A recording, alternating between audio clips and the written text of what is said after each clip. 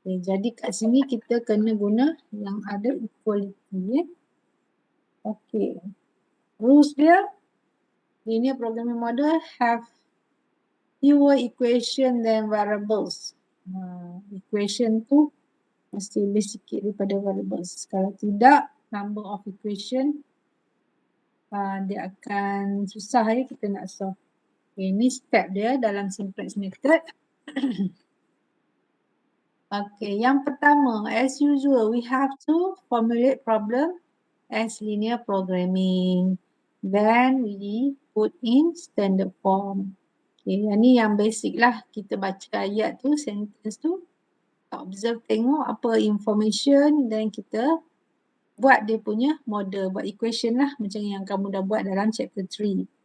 Then kita letak dalam standard form. Standard form ni maksudnya kita masukkan select variables ataupun surplus variable. S tu lah ya. Maksudnya lebihan-lebihan tu semua kita kira. Lepas tu kita masukkan dalam table. Kemudian baru kita boleh buat kaedah simplex. Okay, kita tengok satu contoh. Ini contoh dia untuk maximization lah ya. Maximize Z equal to 60x1 plus 50x2. Okay, ini dia punya constraint. Dia ada 3 constraint kat sini. So, kita nak solve the problem. Kita kena buat step yang kedua. Ni step pertama dia dah buat. Dia dah develop model. Step kedua, kamu kena change into standard form. Macam mana nak tukar kepada standard form? Boleh tak kamu tukar sekarang kepada standard form? Aktiviti sikit. Mana? Kita nak kena introduce select variables. Jadi kita tambahlah dekat sini. Tambah select. Kat sini kita ada berapa constraint? Ada 3 kan? So kita kena tambah S1. Dia akan jadi sama dengan 100. Tambah S2 sama dengan 22.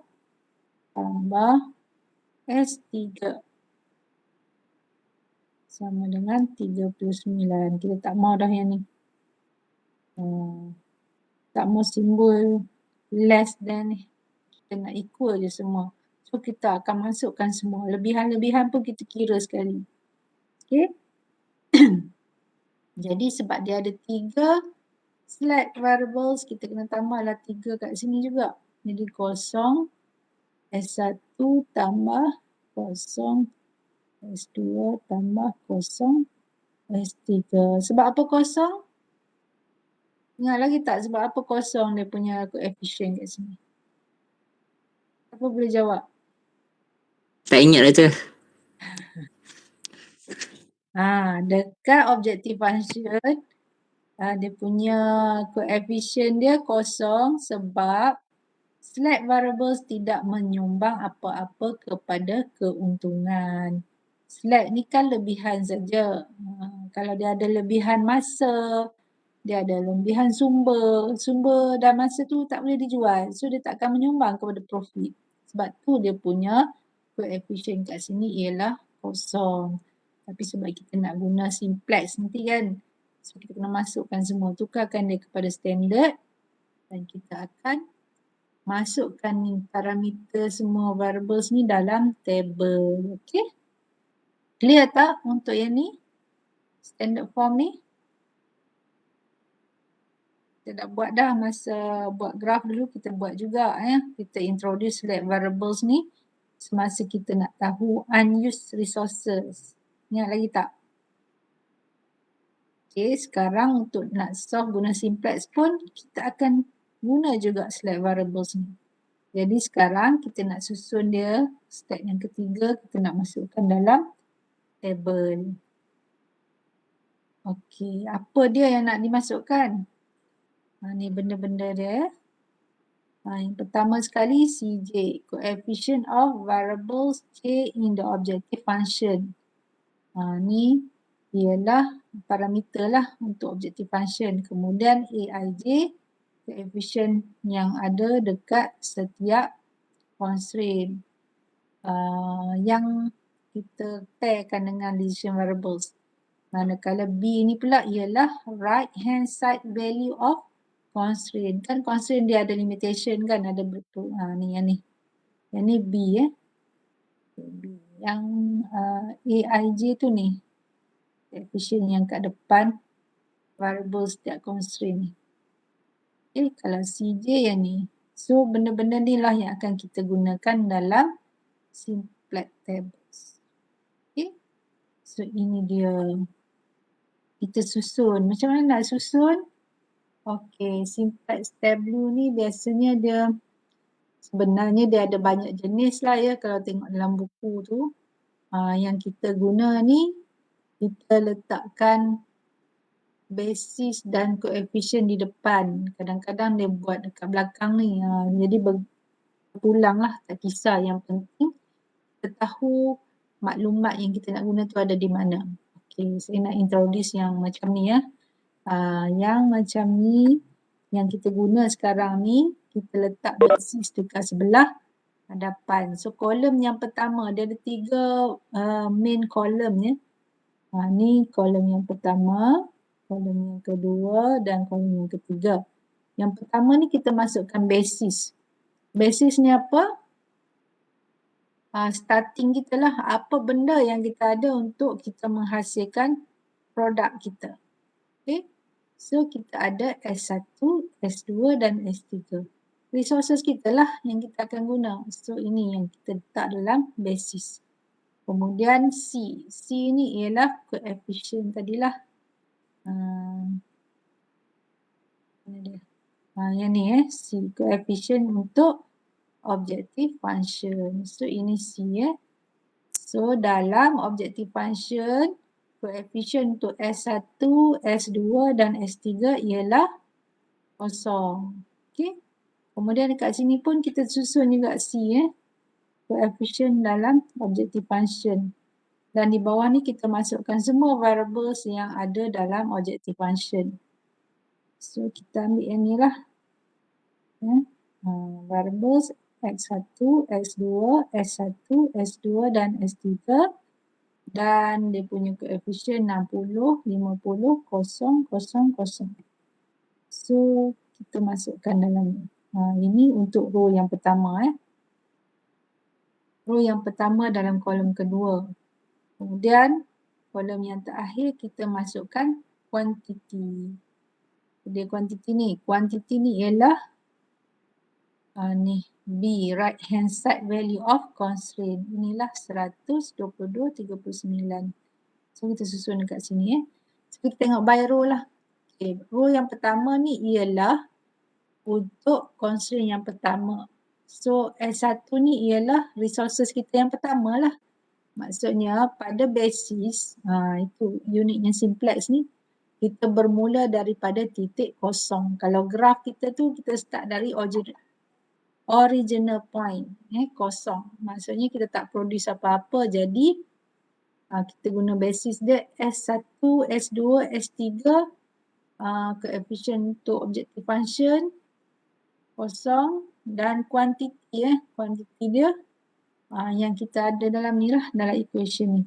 Maksudnya maksimum quantity kita sebelum kita guna. Dan yang dalam ni ialah parameter untuk setiap equation. Contohnya constraint 1, parameter untuk S1 ataupun coefficient dia 4, 10 dan 1. So 4, 10 dan 1 lah. Kita ikut variables yang kat atas ni lah. Untuk coefficient, untuk constraint yang kedua, S1 dia 2, S2 1 dan dia tak ada S1 jadi S1 dia kosong. Dia cuma ada S2. So kita masuk S2 ni 1. Ini kosong, S3 pun kosong. Kemudian mesti ada quantity dia. Sama juga untuk constraint yang ketiga. Masukkan coefficient dia. So untuk constraint yang ketiga S3 lah yang ada 1 kan, yang lain kosong lah untuk S1 dan S2. Okey, boleh faham tak cara susun ni? Setakat tu. Boleh ke? Doktor memang kena susun macam ni ke? Ya, jangan ubah dia. Dia kena ikut urutan lah. Yang So kalau kita buat macam, ni kan macam apa dia panggil? Horizontal kan. Kalau kita buat vertical, dia kena terbalik. buat vertical jadi terbalik lah. Susah lah sikit nak faham. Yang saya guna ni secara macam ni sebab simplex ni kan dia ada banyak jenis table kan. Bergantung lah. Tapi yang kita tengok dalam kita punya kelas ni macam ni lah rupa dia. So dia ada susunan dia mesti ikut tempat. Jangan ubah-ubah. Kalau ubah nanti silap kira. Sebab kuantiti dia mesti sama dengan semua koefisien yang ada dalam equation tu lah. Ni satu equation kan, satu baris ni untuk constraint yang pertama. Yang baris kedua untuk constraint kedua dan baris ketiga untuk constraint yang ketiga. So mesti susun betul-betul. Bila dah susun yang atas ni baru kita boleh kira yang bawah ni. Z dengan C minus Z.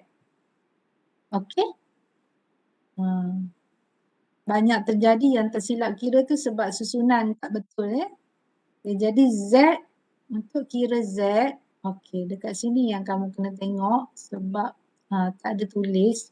So mana nak kira Z, kamu kena darabkan koefisien dengan koefisien untuk objective function dengan koefisien setiap variable dalam constraint. Contohnya untuk X1, untuk kolom ni Z dia ialah 4 darab kosong tambah 2 darab kosong tambah 3 darab kosong. So kita akan dapat nilai Z di sini. Kita kira by column So yang seterusnya untuk X2 pun sama. Kita darabkan semua koefisien yang ada dalam constraint. 10 darab kosong tambah 1 darab kosong tambah 3 darab kosong. So kosong juga. Jadi samalah untuk kolom yang lain pun semua kita kena darab dan tambah. So kita akan dapat kosong lah untuk table yang pertama ni. Z mesti dapat kosong semua sebab Z ni apa? Apa dia Z? Profit kan? Profit dia. Jadi pada permulaan graf pula, table yang pertama nilai profit dia ialah kosong sebab tidak ada sebarang penghasilan produk lagi ataupun tak ada bagi servis pun lagi. Okay. Kemudian kita C minus Z. C minus Z dia senang je kamu ambil C kat atas ni, koefisien dalam objective function tolak dengan nilai Z dekat sini. So kamu dapatlah 60 tolak kosong 60, 50 tolak kosong 50, yang lain semua kosong tolak kosong jadi kosong lah. So ini kita panggil dia sebagai initial tableau. So initial tableau ni kena betul dulu. Kalau yang ni silap, habis semua silap penyiraan. Okay. So ni kita panggil unit vector. Okay, dia kata apa kat sini? Each tableau represent a basic feasible solution to the problem. A simplex solution in a maximization problem is optimal if the C minus Z row consists entirely of zeros and negative numbers. So kita punya target sekarang kita nak bila kita buat simplex nanti, kita jalankan operasi, nilai dalam row ni nilai dalam row C minus Z ni semuanya zero ataupun negatif. Maksudnya kalau dia dah jadi zero atau negatif, kita dah mencapai optimal solution. Okey. Boleh ya? Maksudnya dia kata kat sini, when this has been achieved, there is no opportunity for improving the solution. Optimal lah. Sebab tak boleh nak improve dah. Okey. Boleh ya untuk initial tableau? Untuk table yang pertama ni. Permulaan ni. Yang ni kita susun je maklumat yang ada dalam equation, masukkan dalam table. Kalau tak faham dekat sini, Jam Boleh faham Faham. Okey, baik. So kita proceed ya. Sekarang kita dah masukkan semua maklumat dalam table yang permulaan ni. So sekarang kita nak buat operasi lah. Kita nak jalankan operasi, nak mencari optimal solution. Jadi macam mana nak buat optimal solution tu, kita kena jalankan simplex lah. Step yang pertama, bila kita dah ada initial table tadi, kita nak buat operasi lah. So kita akan start dengan mengidentify, mengenal pasti largest positive value dalam row C minus Z. Ni row ni C tolak Z ni kita tengok nilai dia yang mana yang paling tinggi. So dalam kes ni yang paling tinggi ialah untuk X1. Largest positive value. Sekarang ni kita kena tengok yang tu supaya kita dapat tentukan the entering and exiting variables. Kita nak tengok siapa yang akan masuk dalam basis ni dan siapa yang akan keluar dari basis. Maksudnya macam kita nak hasilkan produk yang mana dulu dan kita nak tengok resource kita yang mana yang akan habis dulu. So kita tengok dekat profit sebab target kita sekarang kita nak maximize profit. So dekat C minus Z ni kita cari yang paling tinggi. Jadi kita dah identify variable yang paling tinggi ialah X1. X1 ni dia ada largest positive value. Sekarang kita nak cari resources mana pula yang akan habis dulu jika kita produce X1 ataupun kalau kita service, kita buat service X1 ni, mana yang akan habis dulu. So kita buat apa? Kita bahagikan dengan kuantiti Koefisien yang ada dekat X1 ni untuk setiap constraint kita bahagikan dengan kuantiti. So 100 bahagi 4 dapat 25, 22 bahagi 2 dapat 11, 39 bahagi 3 dapat 13. So kita tengoklah smallest non-negative ratio. Kita tengok yang mana yang paling kecil. Maksudnya mana yang akan habis dululah. So kita dapati variables dia ialah S2, select variable yang kedua. Maksudnya constraint kedua ni yang akan mengekang. Jadi dia boleh, kita boleh tahulah kalau kita produce X1, S2 akan habis. Jadi untuk next table kita akan masukkan X1 dan keluarkan S2. Tu kita identify S2 leaves, X1 enter. Okey. Ni graf ni dia gambarkan lah yang kita bahagikan tadi tu benda ni lah. Kita bahagikan dengan X1 kan, X1 paling tinggi tadi. So kita dapati constraint yang ni yang akan jadi limitation dia. Okey. So kita dah kenal pasti, jadi kita buat table yang baru. Untuk table yang kedua ni, dia kata apa? Starting the second table. Table yang kedua ni kita sama macam tadi, kita lukis table, kita masukkan maklumat yang samalah kat atas ni, dia tak berubah sebab yang ni ialah koefisien dan variables yang ada dalam objective function. Cuma yang kat sini, basis ni dah berubah cuba kamu tengok. X1 dah masuk S2 dah tak ada, kita dah gantikan S2 dengan X1. Maksudnya kita nak buatlah, membuat produk kita. So X1 masuk, jadi koefisien dia pun kena tukarlah ikut koefisien X1 lah. Okay. Koefisien X1 dalam objective function ialah 60. So letak kat sini 60. Okay. Bila dah ada semua ni, baru kita nak mula isi benda-benda yang ada dalam ni. Semuanya akan berubah bila kita dah start buat production. Okay. So macam mana nak start dia? Kita kena bermula dengan row X1 ni. So kita kena cari apa dia nilai-nilai yang kat tengah ni. Sebab yang ni punca dia berubah semua kan. Ni penyebab dia. Jadi macam mana nak start dia? Kita perlu bahagikan new W pivot rows ni kita akan ambil W pivot rows values bahagi dengan pivot number. So pivot rows tu maksudnya yang ni lah. Row yang kedua ni, X1 ni. So kita nak cari nilai dalam ni, buat macam mana? Kita ambil nilai yang lama ni. Ni nilai yang dalam initial kan. Initial W. Kita bahagikan dengan pivot row values. Pivot row values ni 2 lah sebab kita pilih X1 kan. Kemudian S2 yang akan keluar. So persilangan dia ni ialah 2. So semua nilai dalam ni kita akan bahagikan dengan 2. Jadi 2 bahagi 2 dapat 1. 1 bahagi 2, 1/2. 0 bahagi 2, 0. 1 bahagi 2, 1/2.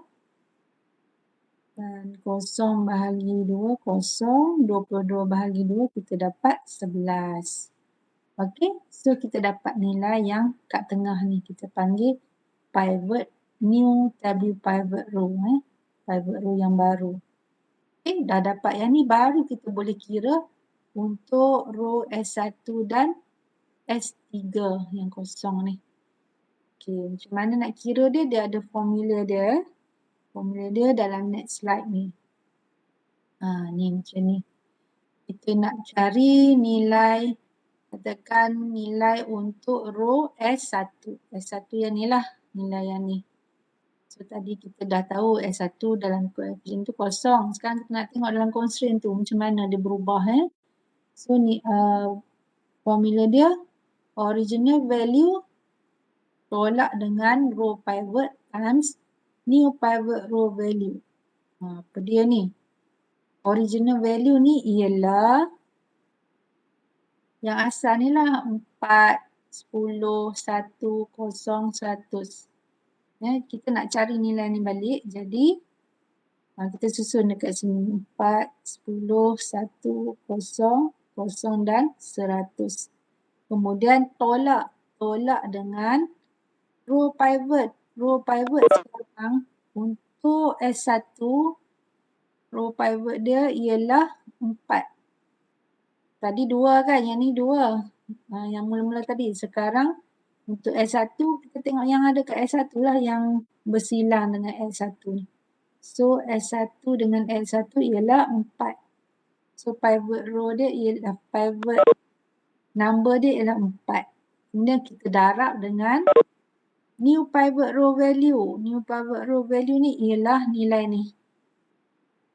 Dia nilai yang kita baru dapat tadi. Nilai yang ada dalam row X1 ni. Okay. So kita darabkan. Jadi 4 tolak 4 darab 1 dapat 0. Kemudian 10 tolak 4 darab setengah dapat 8. Dan seterusnya lah sampailah kuantiti. Bila dah dapat nilai ni, kita susunlah dekat row S1 ni. 0, 8, 1, -2, 0 dan 56. Sama juga dengan S3. Untuk S3, pivot row dia apa? Pivot number dia 3 kan? Lepas tu ni original value dia. So kamu susunlah dekat sini. Original value untuk S3 dan row pivot untuk S3 3 lah. Kemudian yang ni sama je. Ambil juga yang tengah ni. So kamu akan dapat nilai ni. Okay. Ni saya dah buatkan untuk kamu lah. Kira lah untuk setiap variables yang kita masukkan dalam table yang kedua. Dah complete ni. Berapa yang ni 6 kat sini. Jadi bila dah complete, kamu pun boleh kira nilai Z. So untuk nilai Z,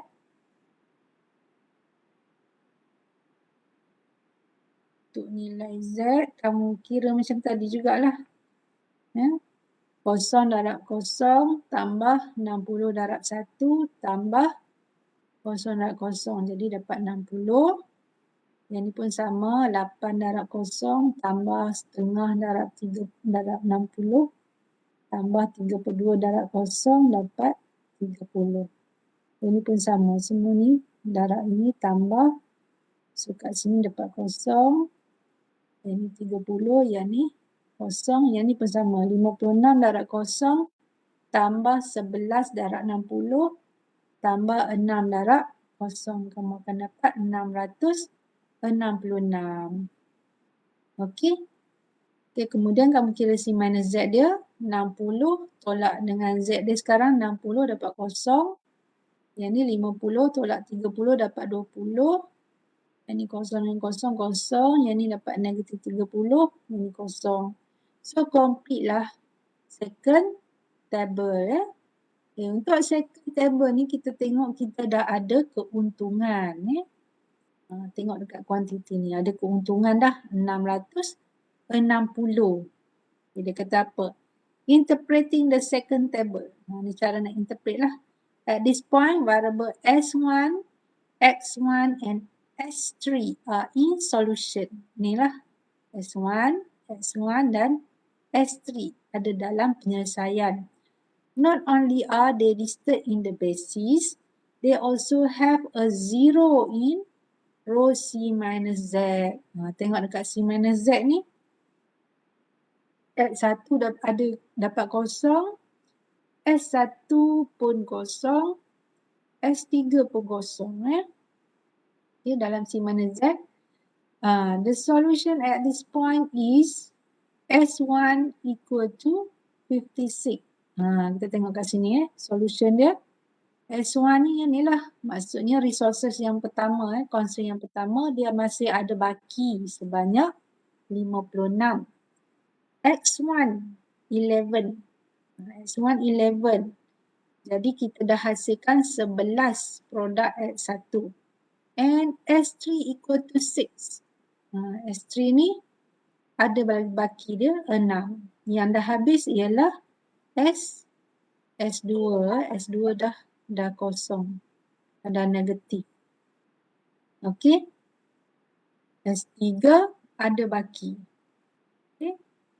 Okey. So, note to that X2 and S2 are not in solution. Hence, they are each equal to 0. The profit at this point is $660. Okay. So, semua solution tu kita boleh baca dekat sini lah, dekat quantity. Dan juga dalam rows C minus Z ni. Okay. Boleh tak untuk second table? Boleh faham tak dapat macam mana? Ikut je step tadilah ya. Doktor, macam mana dapat 660? 660 sama macam kira Z ni lah. 56 darab 0 tambah 11 darab 60 tambah 6 darab 0. So kita dapat dia punya Z ni. Kan yang ni 0 tambah 11 darab 60. 660 tambah 0, 660 lah. Ini profit dia. Cara kira dia sama. Nilai dalam kolom ni darab dengan koefisien dalam basis ni. Yang ni, yang lain pun sama, darab macam tu juga. So baru kita dapat nilai untuk setiap variable tu. Boleh Clear tak? Boleh, clear. Alright, bagus. Okay, sekarang adakah ini optimal solution? Doktor. Ulang balik kenapa darab dengan kosong?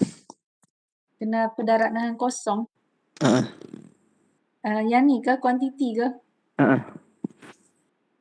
Bukan kuantiti saja tahu darab dengan koefisien ni. Semua yang ni pun. Katakan kita nak kira Z untuk X1.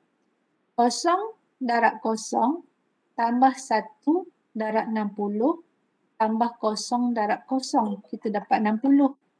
Untuk X2 pun sama. 8 darab 0 tambah setengah darab 60 tambah 3/2 darab kosong. Kita akan dapat 30 sebab yang ni yang ada nilai kan, yang darab kosong kosong lah. So setengah darab 60, 30 lah. Yang ni pun sama. 1 darab kosong tambah kosong darab 60 tambah kosong darab kosong. Dapat kosong. Boleh faham? Boleh doktor. Ha? Boleh, boleh.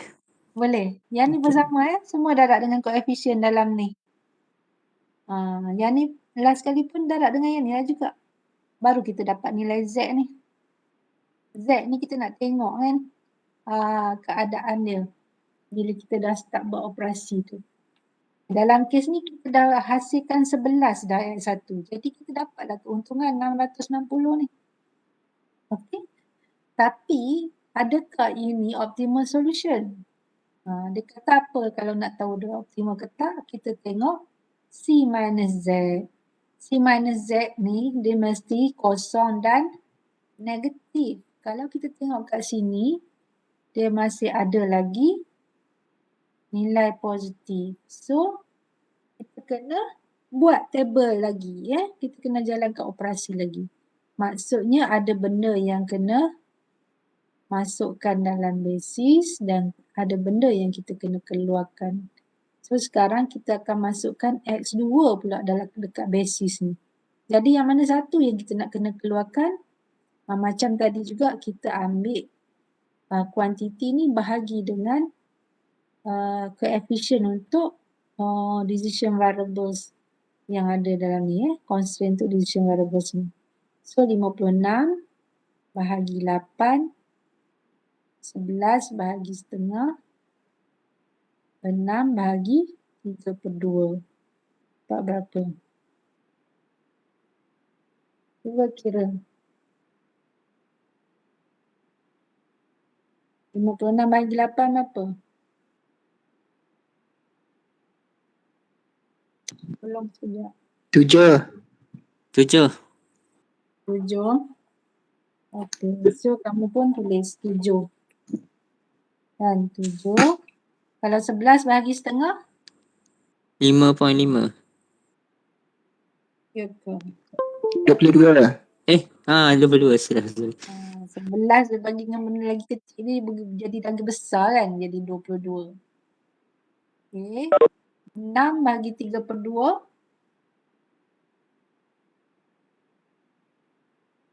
Dapat berapa? 4. Ya, betul 4. So, kita tengok smallest non-negative ratio. So, yang paling kecil ialah 4. Maksudnya, yang akan keluar ialah S3. Okay. So, S3 akan keluar. Maksudnya, S3 akan leave dan X2 akan enter.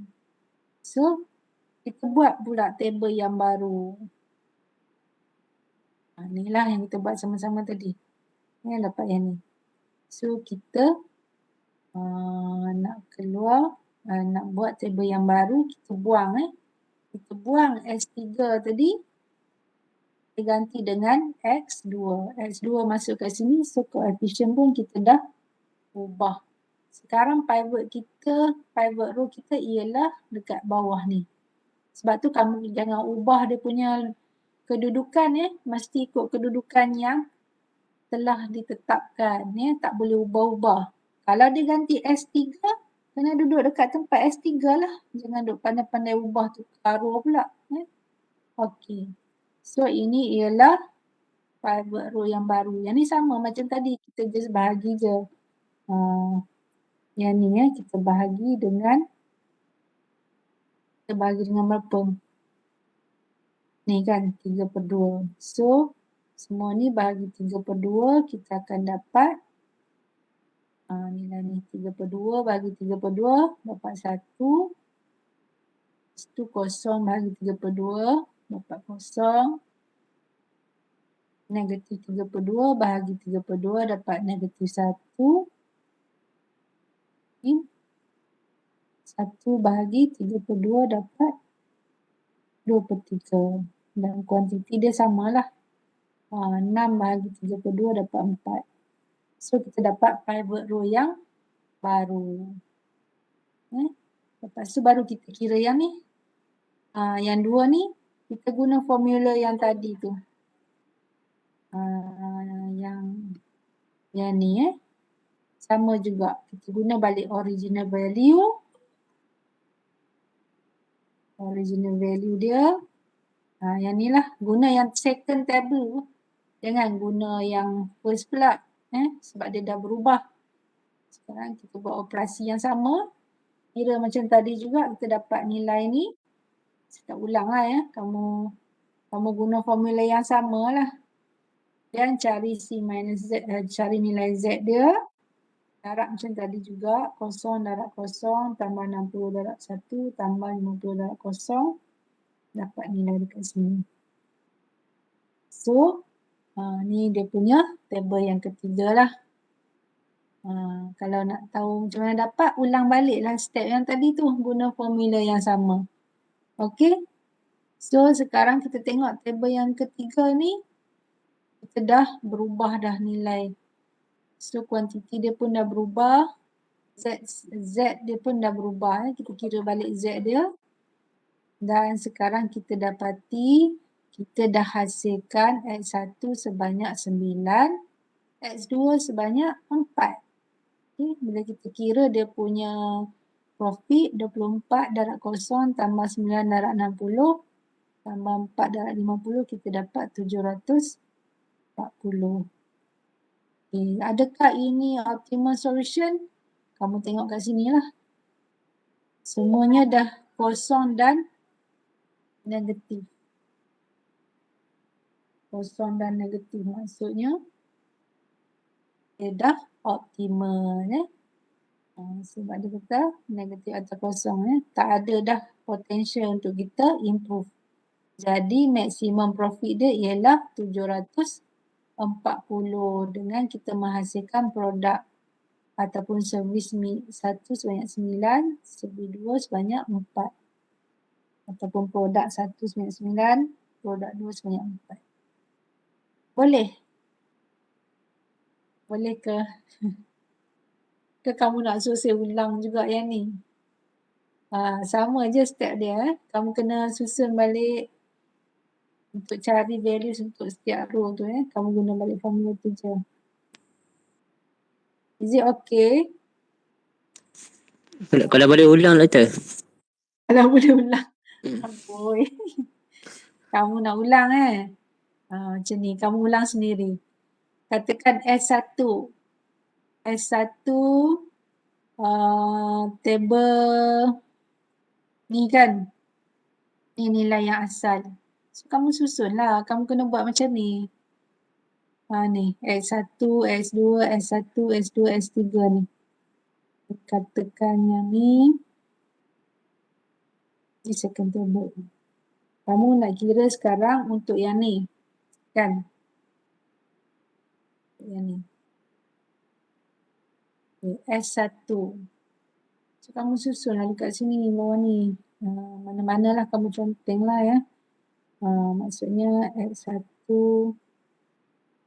S2, S1, S2, S3 dan U So, untuk ni row S1. Okay, row S1. Kamu tengok dia punya table yang kedua. Table yang kedua dia, apa nilai asal? Ini formula tadi, ni nilai asal dia kan. Ni macam ni. Ni nilai asal, original value dia.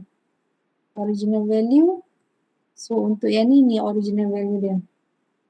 0, 8, 1, negatif 2, 0, 56. Jadi, kamu pun susun yang dekat ni. Saya tak ingat. 0, 8, 1, negatif 2, 0, 56. Okey. Lepas tu dia suruh tolak kan. Ni. Tolak. Kamu pun tolak. Tak.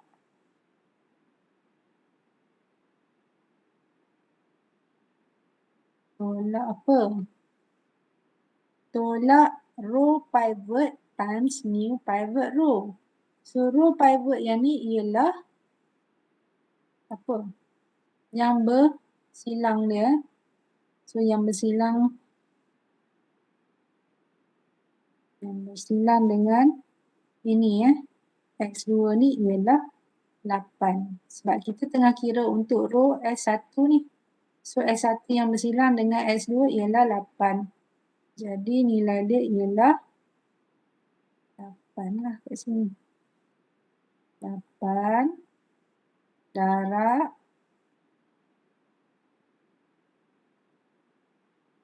ni yang baru. Nilai yang baru yang ni. Okey. Darab 0, 1, 0, negatif 1, 2/3, 4. Comot ni sikit. So, cuba kira dapat berapa? 0 tolak 8 darab 0. Dapat berapa? Kosong. Siapa yang suruh kira tu tolong kira. 8 tolak 8 darab 1.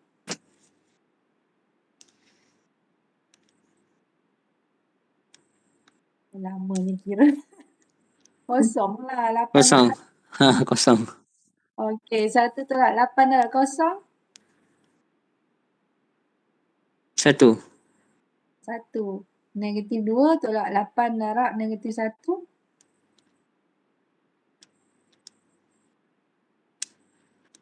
6. 6. Kemudian 0 tolak 8 darab 2/3. 2/3 2/3. Ni 2/3 ni. 2/3 lah kat sini. Negatif 16/3. Ya, negatif 16/3. Ini 56 tolak 8 darab 4. 24. 24. So, kamu dapat nilai ni, kamu susun dekat sini. 0, X2 0, S1 1, S2 6, S3 negatif 16/3, Q 24. So, kamu dapatlah row S1. Kemudian kamu kira pula untuk row S2 kan? Yang ni pula. X2. Yang ni pula. Row X2. X1. Sorry. Dah ada. So, kamu guna balik yang tadilah. Sama juga kamu susun X1, X2, S1, S2, S3, Q. Kemudian ambil balik nilai asal dia. Nilai asal dia ni. Susun sama macam tadi. Susunlah. Nilai asal dia. 1, 1/2, 0, 1/2, 0, 6. Betul tak? Ni 1, 1/2, 0, 1/2, 0. Oh, sorry. 11. 11. 11.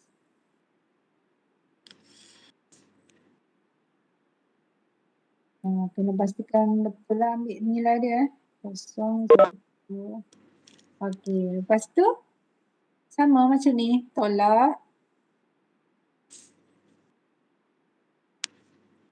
Turungan. Pivot row. Pivot number dia yang baru. Yang ni apa dia? Yang bersilang dengan X2 kan? Yang ni. So, 1/2. 1/2. 1/2. So, kamu tulis kat sini 1/2. 1/2. Tu saya cakap dia renyah sikit. Tapi dia simple je. Tambah tolak darab bahagi. Ambil balik nilai ni. 0, 1, 0, -1, 2/3, 4. Kira lah. Macam tadi. Okey. Kamu kira, kamu dapat jawapan ni Saya kira lah kat sini. Kira macam tadilah. Boleh faham? Boleh Doktor. Kamu akan dapatlah yang komplit macam ni. Z dia ingat lagi darab ni tambah dapat yang ni. Yang ni pun darab yang ni tambah dapat yang ni. Boleh? Sampai habis. Doktor ingat 740 dapat macam ni? Sama macam tadi. 24 darab 0 tambah 9 darab Darab 60. Lepas tu 4 darab 50. Ya. Okey, thank you Doktor. Sama. Yang ni dapat? Dapat. Dapat ni darab ni samalah macam tadi. Semuanya kena dapat efisien. Boleh Boleh Doktor. Kalau dah faham step tu, insya-Allah boleh buat lah. So, saya rasa InsyaAllah. nanti kena cuba buat latihan baru dia ingat lah. Okey. Ada soalan lagi tak? Semua clear ni ada summary. Kalau yang untuk yang ni problem ni habislah sampai dekat third table je. Tapi kalau kamu dapat bawah ni positif lagi, kamu kena buat table lagi. Sampai dapat semuanya negatif dan kosong. Boleh faham?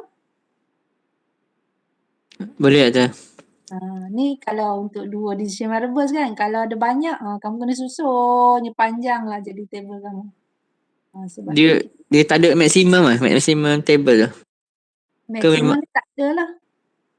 Asalkan sampai kosong ataupun negatif. Dia punya C minus Z tu. Ya. Okey Doktor. Tapi adalah kes-kes dia nanti kita akan tengok lah. Ini baru untuk maximization problems. Untuk minimization kita tengok nantilah. Hari ni bagi faham yang maximize ni dulu. Kalau dah faham step-step dia, insya-Allah lah mudah lah nanti. So, kat sini dia ada summary of the simplex procedure. Kalau tak faham yang saya cerita tadi, kamu boleh baca balik kat sini lah. Tapi yang ni kena baca dan ikut buat sendirilah. Ni ada exercise sikit. Kamu boleh cuba selepas ni. Cuba guna simplex method untuk solve problems ni. Okey? Saya rasa itu saja untuk hari ni. Boleh cuba buat sendiri Sekian. Assalamualaikum dan salam sejahtera. Assalamualaikum warahmatullahi wabarakatuh. Thank you Doktor.